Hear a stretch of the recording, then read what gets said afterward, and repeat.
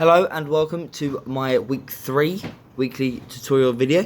So this week was the third week, as I've said, and I started to think about my lighting design. Started to think, what can I do within the space? Now, bearing in mind I've got 6 lighting bars, it's a 15 by 12 room, I believe. And it's one of those things where I had to really think about getting away from anything anyone else has done, because I didn't want to go too much into copying what other designers done, what other students have done within the Miskin of other shows. I sort of wanted to make it my show. I wanted to make my lighting design different, but while still like taking different concepts, different little bits out of other people's designs and put them together to make my design. So also in this week we had the AV Lights training. Now, although I didn't use the desk for the show, it was my first intention, so it's only right that I put this into my process, as it is a learning curve. Yes, okay, I didn't use it for the show, however, I still learned a lot on the desk. So that will all be in the AV Lights training section on Weebly.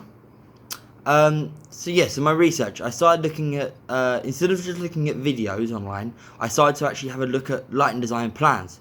So the drawing scales of what the designers have done, how they've drawn their design, how they've used the key, all those little different things that come together that are essential to drawing your lighting design is what I looked at. So also looking at where they place things on the rig. Did they use sidebars? Did they use top layering? Did they use different layers of lighting? Stuff like that. That's all essential into my part of my research in looking at where I can go with my design. So what did I learn? I learned that a lot of designers use intelligent lighting for more than one reason.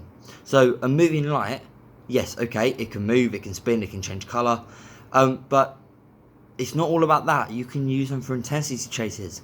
You can use them for special effects. Yes, okay, a wash light is mainly to just wash the stage with colour, but it can actually be used for a lot more than that.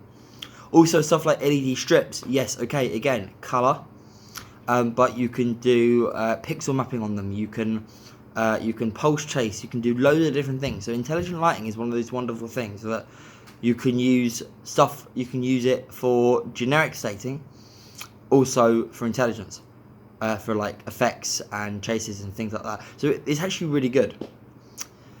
Obviously, I learned to use the AV Lights desk. I didn't go into too much advanced training with the AV Lights. It was a lot of those basic layers of how to set up the desk, how to patch, setting up a cue list, setting up faders, busking, stuff like that. So the basics on the desk that I would need to use for the show. So areas of improvement. Like I said, I was starting to create my lighting design to play with around things. I didn't do it on a 1 to 50 scale, which is the scale that we use it in the Miskin. I started doing it on the ETC EOS offline editor, which I have on my computer.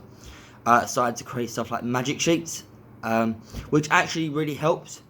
However, I think an area improvement for me would be able to put it onto a 1 to 50 scale, because that's the real test of how much I can put in the rig.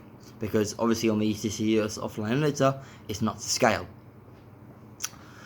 So my action plan for next week, I will be working on the level 2 acting show, which will take a lot of time out from me doing my coursework. However, I will start drawing up some basic lighting designs, some lighting concepts on a 1 to 50 scale, so I can start getting an idea of how much space I have, what I can actually put into my rig.